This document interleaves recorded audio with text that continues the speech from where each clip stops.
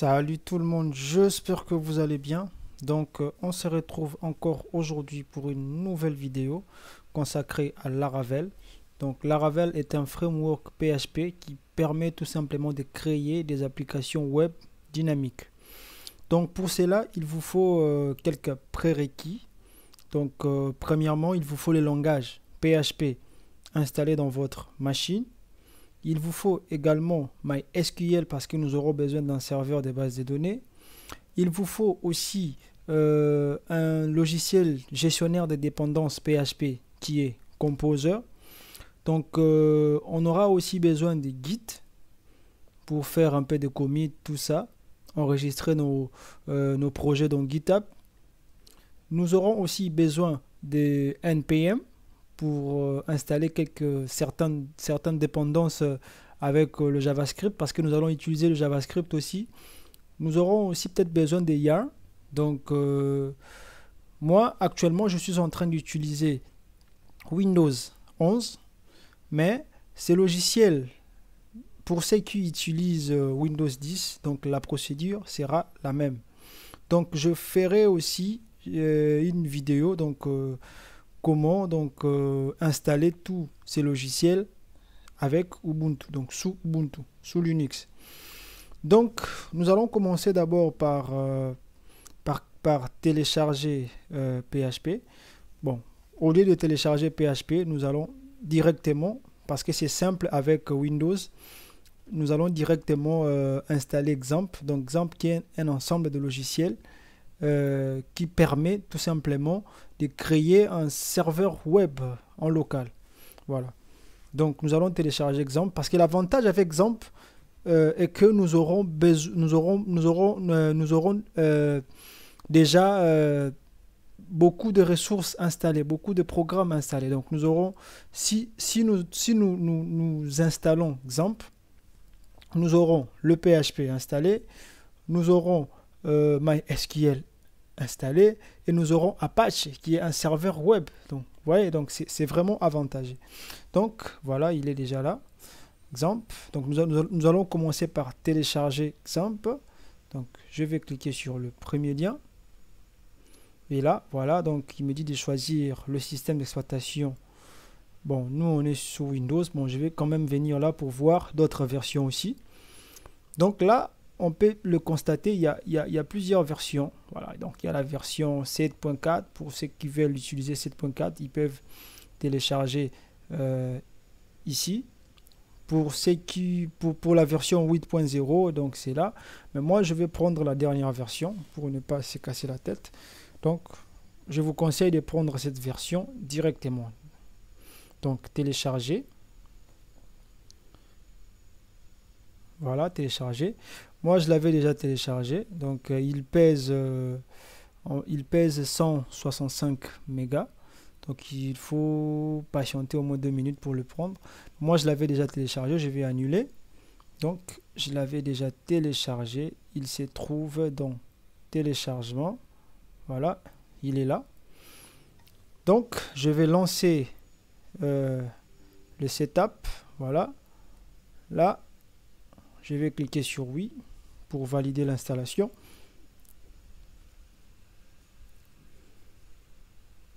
Nous allons patienter un tout petit peu. Bon, il y a toujours ces fameux messages. Voilà, donc important because an activity user account. Bon, ignorez le message. Cliquez sur OK. Il va directement lancer la fenêtre de l'installation. Donc, ensuite, allez sur Next. Là, il faut être sûr que tout est coché. Vous voyez, donc le serveur, on aura MySQL, on aura FireZilla. Donc FireZilla va nous permettre, par exemple, d'accéder à distance à notre serveur FTP, ouais, pour récupérer certains fichiers. Donc FireZilla est très important parce qu'il vous permet d'uploader votre site dans votre serveur web en ligne. Ouais. Donc tout ça, on le fera aussi. Mais pour vraiment bien comprendre FireZilla, il faut aller suivre mon tuto sur la mise en place d'un serveur web. Donc là, vous allez vraiment comprendre l'utilité de FireZilla. Donc Mercury Mail Server, il n'est pas important, et Tomcat, mais nous allons quand même le garder. Voilà, donc il y a Programme Language, on a le PHP et Perl, c'est bon. Et là, il y a aussi Programme Language, donc on aura PHPMyAdmin. Vous voyez, donc votre exemple est vraiment important. Donc il va nous ramener tout ça.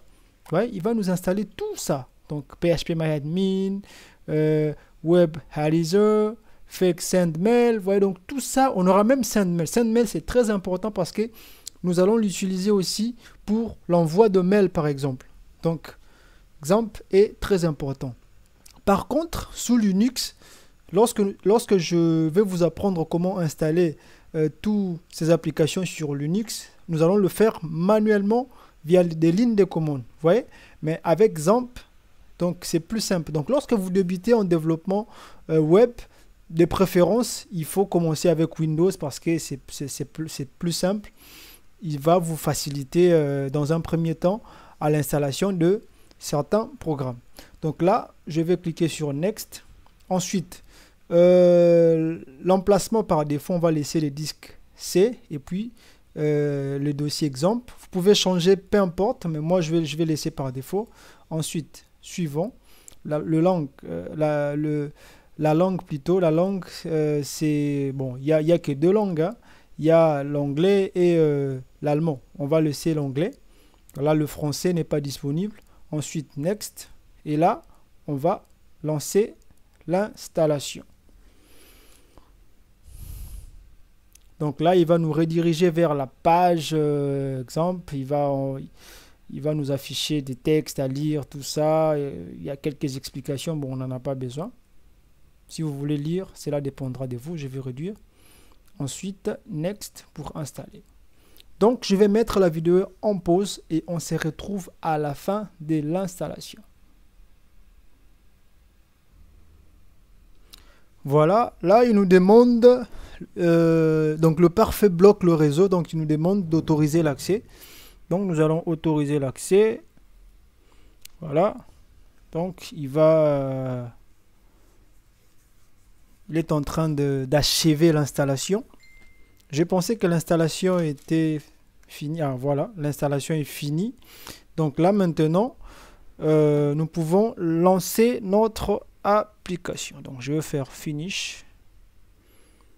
Voilà, donc il est déjà lancé. Je vais tout simplement créer... je vais créer un raccourci directement pour pouvoir le retrouver facilement. Je vais d'abord le mettre dans la barre des tâches. Ensuite, je vais créer un raccourci au bureau. Bon, là, voilà, contrôle. Je vais faire plus d'options. Vous voyez, créer un raccourci au bureau. Voilà, parfait. Donc là, on a exemple. Donc, on va lancer les serveurs. Donc, je vais démarrer le serveur. Ça, c'est le serveur web Apache. Là, je vais lancer MySQL, donc le serveur Apache et le serveur de base de données. Voilà. Donc, nos deux serveurs est lancé. Là, vous voyez, c'est en vert. Donc, le serveur est lancé. Le port 80. MySQL, le port 3306. Je vais réduire. Ensuite, je peux tester ici sur mon navigateur. Donc, il suffit tout simplement de faire local host validé. Donc, vous voyez, notre serveur Apache, notre serveur web fonctionne très bien. Si vous voulez ouvrir PHPMyAdmin, donc il suffit de venir là. Vous pouvez voir PHPMyAdmin. Donc, je vais faire un back. On va essayer un peu de checker la version PHP. Pour la version PHP, c'est ici, PHP Info. Donc, on peut bien voir la version PHP installée. Voilà. Donc, je reviens ici pour revenir sur PHPMyAdmin. Donc, PHPMyAdmin, on peut créer nos bases de données graphiquement.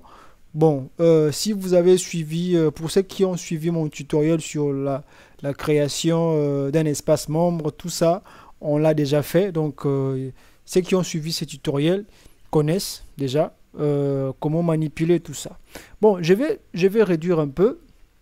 Je vais essayer, parce que moi, j'aime bien utiliser les lignes de commande, quoi. Vous voyez, Bon, le Windows, j'ai pas l'habitude vraiment d'utiliser Windows. Donc Windows, je l'utilise rarement. Pour me divertir, je peux dire, parce que moi, j'aime aussi jouer aux jeux vidéo. Donc Windows, dans la plupart du temps, j'utilise Windows pour jouer aux jeux vidéo. Par exemple, pour utiliser certaines applications qui ne sont pas disponibles sous Linux. Parce que moi, Linux, c'est uniquement pour la programmation. Donc, c'est pour la programmation, le réseau. Windows, c'est pour d'autres choses. Voilà. Donc, j'aime bien vraiment les lignes de commande et tout. Donc, moi, ce que je veux, je vais ouvrir PowerShell. Donc, moi, ce que je veux que PHP soit global. Vous voyez, là, on peut, par exemple... ouais, donc pour voir la version PHP, il faut venir ici, faire localhost, il faut venir ici pour voir la version PHP. Non, moi je veux voir tout. Je vais tout faire avec les lignes de commande. Ouais. Je vais par exemple faire comme ça. Lorsque je viens là, je fais par exemple PHP, version, comme j'ai l'habitude de le faire avec Linux. Ouais, qu'il m'affiche la version PHP. Ouais. Mais là, ça ne sera pas possible parce que PHP voilà, n'est pas global. Donc moi, je veux faire en sorte que PHP et MySQL soient global. Donc, on peut faire par exemple MySQL, on se connecte à la base de données, on fait des requêtes en ligne de commande. Vous voyez, c'est ce que moi je souhaite faire. Donc, je veux fermer ça. Ensuite, je vais venir là, recherche. Nous allons chercher variables d'environnement. Voilà, modifier les variables d'environnement. Je vais cliquer et là, je vais venir là, variable d'environnement. Ensuite, variable d'environnement pour votre utilisateur. Hein. Moi, c'est Andelo, donc voilà, c'est donc moi. Là, vous allez voir le nom de votre utilisateur. Donc, nous allons sélectionner PAF. Ensuite, modifier. Et là, je vais faire nouveau. Ensuite, parcourir. Je vais chercher parce que, exemple, si vous vous rappelez bien, exemple, il est installé ici dans le disque local C. Et vous voyez, donc il y a exemple ici. Ouais. Donc le PHP, MySQL, tout, même Apache, c'est installé ici. Ouais. Donc on peut bien voir Apache, les dossiers où Apache est installé. On peut aussi voir par exemple où PHPMyAdmin est installé. On peut voir le PHP, on peut voir MySQL. Donc moi je veux maintenant renseigner ces variables d'environnement pour le PHP d'abord et ensuite on le fera pour PHPMyAdmin. Donc je vais venir là, C, ensuite le disque dur, disque local C, ensuite exemple, et là, je vais sélectionner le dossier PHP. Donc là, voilà, PHP, il est là. Je fais OK. Vous voyez, donc j'ai PHP globalement. Je peux maintenant utiliser PHP en ligne de commande globalement. Donc, on valide. Ensuite, OK et OK. Nous allons encore ouvrir PowerShell. Nous allons tester. Donc, si je fais maintenant PHP-version, vous allez voir qu'il va m'afficher la version de PHP. Ouais. Donc là, je suis satisfait. Donc, je peux utiliser le ligne de commande. On va encore faire pour MySQL. Je vais fermer ça. Ensuite, je reviens toujours ici dans variable d'environnement. Voilà. Modifier le variable d'environnement. Variable d'environnement. Ensuite, paf. Modifier. Et là, je vais faire nouveau. Ensuite, parcourir. Je vais maintenant sélectionner le dossier MySQL. Donc là, c'est ensuite exemple. Ensuite, je vais chercher, voilà, MySQL. Ne sélectionnez pas directement le dossier MySQL. Pour MySQL, il faut sélectionner ces dossiers ici. Bin. Vous voyez? Ensuite, je valide. Et là, je fais OK, OK et OK. Je vais relancer PowerShell. Ensuite, là, si je fais par exemple, pardon, je fais MySQL, MySQL-version, on peut voir maintenant la version MySQL. Ouais. Donc, j'ai la version MySQL qui est là. MariaDB, tout ça, donc il m'affiche la version. Donc je peux faire des requêtes ici en ligne de commande. Je vais agrandir. Je vais agrandir un peu. Je peux faire des requêtes ici. Par exemple, donc je vais enlever tout ça. Par exemple, je vais me connecter à ma base de données. Donc, d'abord, il faut s'assurer que votre serveur SQL et Apache, bon, pas Apache, mais MySQL est lancé. Voilà, je vais réduire. Là, on va essayer de faire MySQL. MySQL. L'utilisateur par défaut ici, normalement, c'est root qui est créé. Donc ça, c'est l'utilisateur qui est créé par défaut. Et pour le mot de passe, sur Windows, il n'y a pas de mot de passe. Donc vous mettez juste un peu, vous validez. Et puis, entre les mots de passe, vous ne mettez rien, vous cliquez et vous appuyez juste sur Enter. Voilà. Donc c'est bon. Là, je suis dans MySQL. Je peux faire des requêtes SQL ici. Vous voyez, je peux par exemple faire show databases pour afficher les bases de données. Ouais. Donc, il va m'afficher toutes les bases de données. Je peux créer une base de données. Hein, je peux modifier, faire des requêtes. Hein. Donc, on peut faire beaucoup de choses ici. Ouais. Donc, on va essayer de créer une base de données. Create data base test 1. Par exemple. Hein. Vous voyez, donc j'ai créé une base de données. Donc je peux afficher maintenant toutes les bases de données. Show data base. Donc je vais faire ça. Vous voyez, il y a test 1 qui a été ajouté plutôt. Je peux utiliser cette base de données. Je peux faire par exemple use test 1. Donc je vais dire à MySQL d'utiliser cette base de données.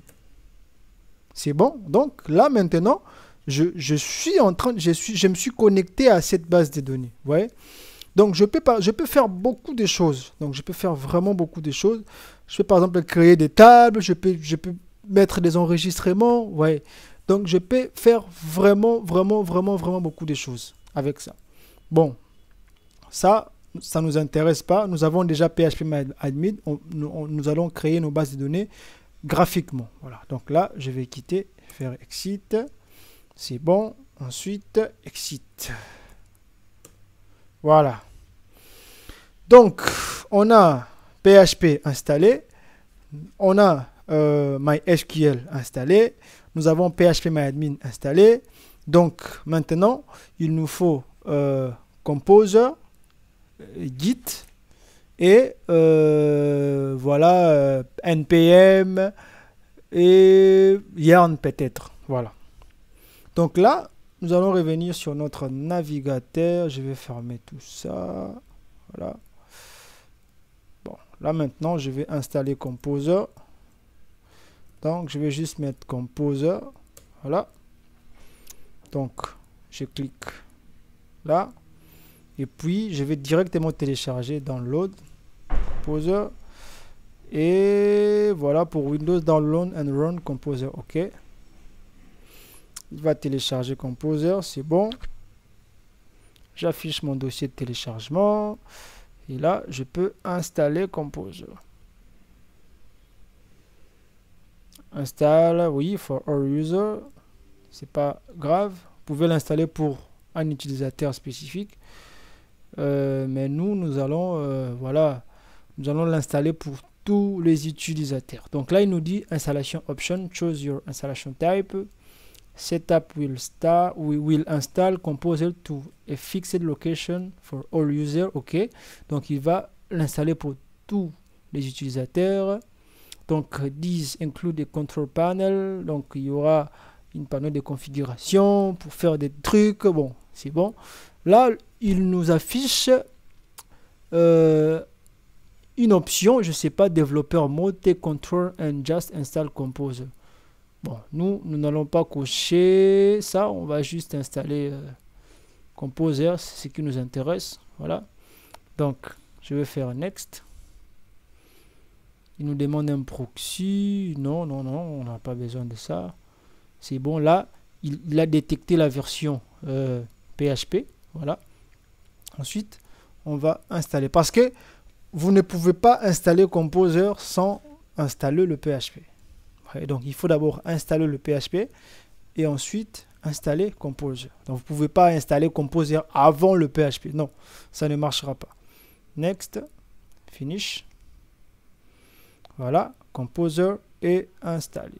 Donc là, vu que j'ai installé Composer, il est normalement global. Hein. Là, je n'aurai aucun souci. Si je fais par exemple compose version, je n'aurai aucun problème normalement. Voilà, parce que j'ai installé Composer seul. Ouais, donc j'ai aucun problème. Là, j'ai la version. Donc, je n'ai pas de problème avec Composer. C'est bon. Je peux fermer. Ensuite, donc, nous avons installé Xampp avec PHP, MySQL, PHP-MyAdmin. Nous avons installé Composer. Donc, nous allons ensuite installer Git. Donc, après avoir installé Composer, nous allons installer Git. Voilà. Donc là, je peux cliquer là. Ensuite, download. J'ai choisi mon système d'exploitation. On est sur Windows. Voilà. Il va me le télécharger. Ça va prendre quelques secondes. Voilà. Il pèse 48 mégas. Donc quelques secondes. Nous allons patienter ensemble. Patienter quelques secondes.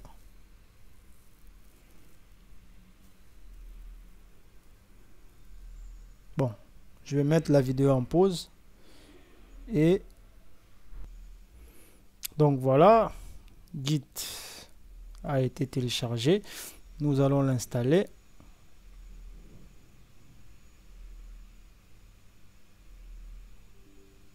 Oui. Donc, next. Next. Et là, on va laisser les options par défaut. Voilà, donc check pour Windows Update, non. Je vous déconseille de faire ça. On va laisser les options par défaut. Ensuite, voilà, on va laisser Git, next. Et là, qu'est-ce qu'il a dit? Non, c'est bon, on va laisser tout ça par défaut. Nous allons tout laisser par défaut.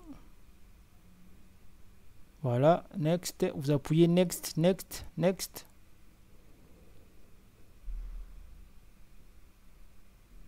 Voilà. Nous allons patienter un tout petit peu.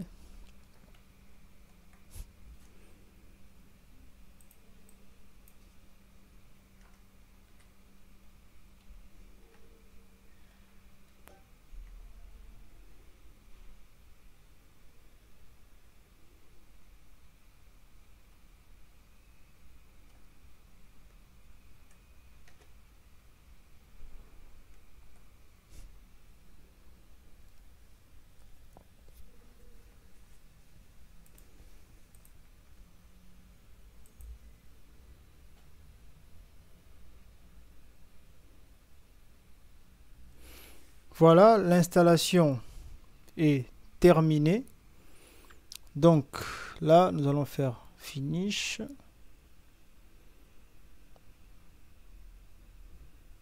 Voilà, Git a été installé. Maintenant, nous allons installer npm. Bon, npm n'est pas vraiment nécessaire. Hein. npm n'est pas vraiment nécessaire. Et yarn, pour l'instant, ce n'est vraiment pas nécessaire. Mais bon, je préfère qu'on puisse l'installer quand on en aura besoin. Ouais. Donc pour l'instant, on peut s'arrêter là. Ouais. Donc avec tout le logiciel qu'on vient d'installer, nous pouvons déjà créer un projet avec Laravel. Donc je vais réduire tout ça. Ensuite, je vais créer un dossier où je mettrai tous mes projets. Donc, je vais créer un dossier ici, là.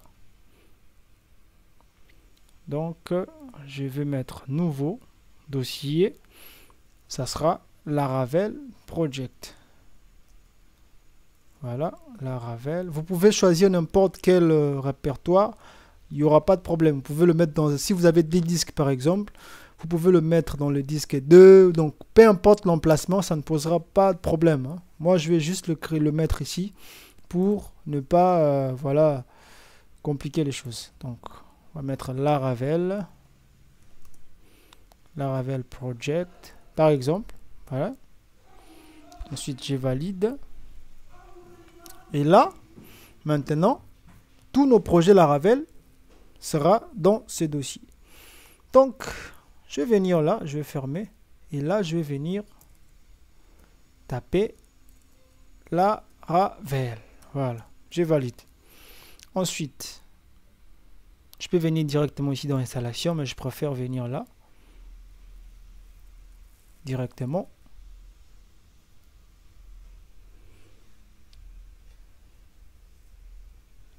Ça prend un peu de temps. Je ne sais pas pourquoi. Ma connexion est partie. Non, pas du tout. Je suis bien connecté. Voilà. Je vais venir là. C'est bon. C'est bon. Voilà. Donc là, je vais venir dans documentation. Ensuite, je vais chercher installation. Voilà, c'est en anglais. Là, bon, il y a plusieurs façons d'installer Laravel. Ben, nous allons, il y a plusieurs façons. Donc, vu que nous avons installé Composer, donc nous allons installer Laravel à l'aide des Composer. Vous voyez, il y a avec Mac par exemple, il y a plusieurs. Ça c'est avec Mac, on va chercher avec Windows. Avec Windows, on peut faire avec curl, tout ça. Mais nous n'allons pas le faire comme ça. Nous allons prendre avec Composer. Donc installation via Composer. Voilà. Donc nous allons créer notre projet Laravel avec Composer. Donc copier cette ligne de commande. Ensuite, vous voyez, je suis bien dans mon dossier où sera situé tous mes projets. Ouais. Ici, je vais faire un clic. Clic droit. Est-ce que je peux ouvrir PowerShell ici? Bon, avec Windows 10, c'était un peu simple. Mais là, bon, c'est pas grave. Je vais réduire. Je vais ouvrir PowerShell. Ensuite, on va faire un ls. Voilà, donc je suis dans Ondelo. Je vais faire cd pour reculer en arrière. Voilà, donc si j'ai fait un ls ici, vous voyez. Donc je suis toujours dans Ondelo, donc je fais encore cd. Je dois être dans les disques C. Vous voyez, là maintenant je suis dans le disque C. Donc on peut bien voir notre dossier Laravel Project. Ouais, donc je vais agrandir. Ensuite, je fais un clear. Et là, je fais cd Laravel Project. Voilà. Donc, j'ai mis en guillemets parce que vous voyez, donc j'ai de l'espace ici. Bon, pour éviter ça, voilà pourquoi j'ai mis ces deux trucs. Donc là, maintenant, je peux créer mon projet Laravel. Donc, je vais juste coller, vous voyez, je vais coller cette ligne de commande. Et là, je vais enlever example app. Nous allons l'appeler par exemple my app. Par exemple, vous voyez, je valide. Et là, l'installation va commencer. Donc, il faut juste patienter un peu parce que ça prend vraiment du temps. Donc, je vais mettre la vidéo en pause et on se retrouve à la fin de la vidéo. À la fin, non pas à la fin de la vidéo, à la fin de l'installation. Désolé. Donc, là, c'est bon. Notre projet Laravel a été créé. Donc, si vous venez dans Laravel Project, vous allez voir, il y a un nouveau dossier qui a été créé. Donc ça, c'est notre projet qui est là. Donc moi, je n'ai pas encore un éditeur de texte. Donc nous allons télécharger l'éditeur de texte. Donc nous allons télécharger VS Code, Visual Studio Code. Donc VS Code pour pouvoir ouvrir notre projet. Donc on va venir là. Ensuite, Download for Windows. Voilà. Donc je dois préciser Windows 64. Voilà.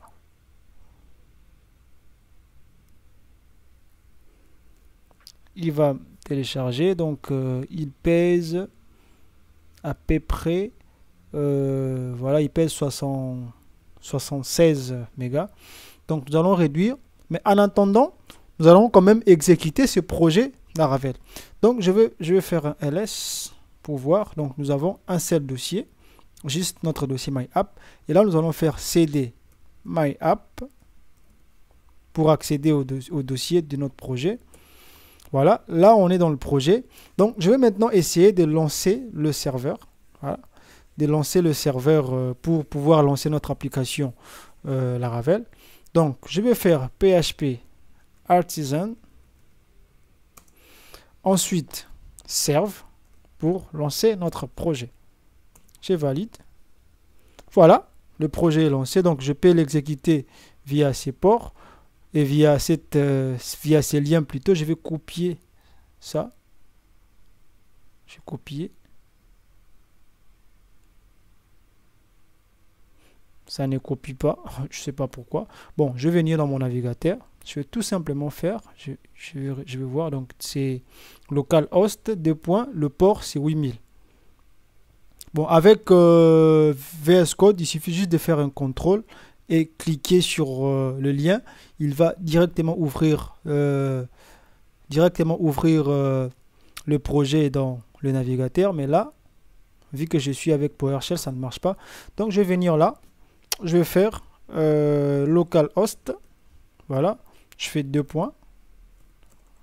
8000. Si je valide. Ouais, donc c'est notre projet Laravel. Donc ça, c'est notre projet Laravel qui est là. Donc, est-ce qu'il a fini de télécharger? Téléchargement. Oui, il a fini. Donc nous allons installer maintenant VS Code pour ouvrir notre projet avec VS Code. Je vais valider. Pardon, lancer l'installation. Donc je comprends. Bon, on n'a pas l'habitude de lire, on n'a pas le temps de lire tout ça. Je comprends et j'accepte. Suivant. On va laisser l'emplacement par défaut. Suivant. C'est bon. Créer une icône au bureau. C'est bon. On va mettre tout ça. Ensuite, nous allons installer VS Code.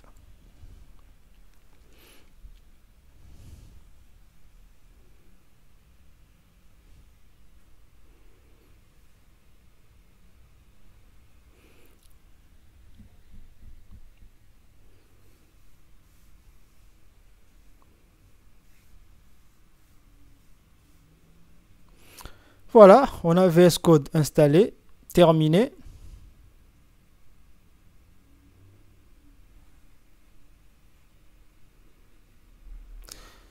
Voilà, donc VS Code est installé. Donc pour ouvrir notre projet, il suffit de venir là, File, Open Folder. Vous voyez, donc notre projet se trouve dans CPC, disque local C, Laravel Project, et notre projet c'est celui-là. On sélectionne le dossier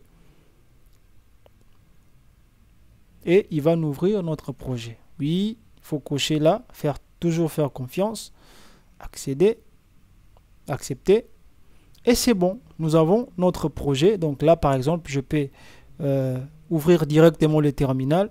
Vous voyez, donc là j'ai PowerShell directement, je peux taper mes commandes. Donc je pense que c'est tout pour aujourd'hui. La vidéo a déjà fait plus de 30 minutes, donc c'est déjà trop. On va s'arrêter là aujourd'hui. Donc dans la prochaine vidéo, je vais vous expliquer, voilà, tout le contenu d'un projet Laravel. Tous ces dossiers-là, je vais vous expliquer ça sert à quoi, voilà. Donc là, on verra tout ça dans la prochaine vidéo. Donc je vous dis à bientôt. N'oubliez pas de vous abonner et surtout de partager, même laisser un commentaire. Si vous n'avez pas compris quelque chose, il suffit de laisser un commentaire. Et j'allais même oublier, je dois aussi vous apprendre comment installer Laravel sous Linux. Comment créer un projet Laravel sous Linux. C'est très important. Ouais. Parce que moi j'ai l'habitude de travailler avec Linux, donc vous êtes obligé, bon pas obligé, mais c'est vraiment important de savoir, hein, de savoir comment faire tout ça avec d'autres systèmes d'exploitation. Donc je pense que euh, la, la prochaine vidéo ne sera pas consacrée à l'explication de tout ça, mais la prochaine vidéo sera consacrée à l'installation de tout ce qu'on a fait sur Windows. On le fera également sous Linux et ensuite on pourra maintenant passer à l'explication du contenu d'un projet Laravel. Donc je vous dis à bientôt. On se retrouve pour la prochaine vidéo.